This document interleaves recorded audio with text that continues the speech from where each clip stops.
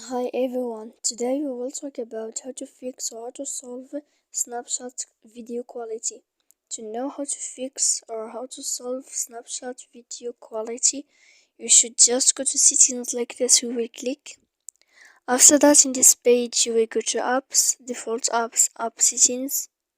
When you will see this list, you will go down to find the application of snapshot and you will enter. Then in this page here, you will go to click for stop.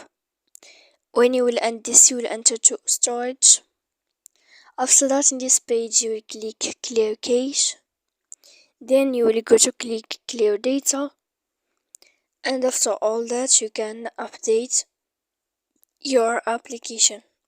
So please don't forget to support us by like and subscribe. See you next time in another video. And thank you for watching.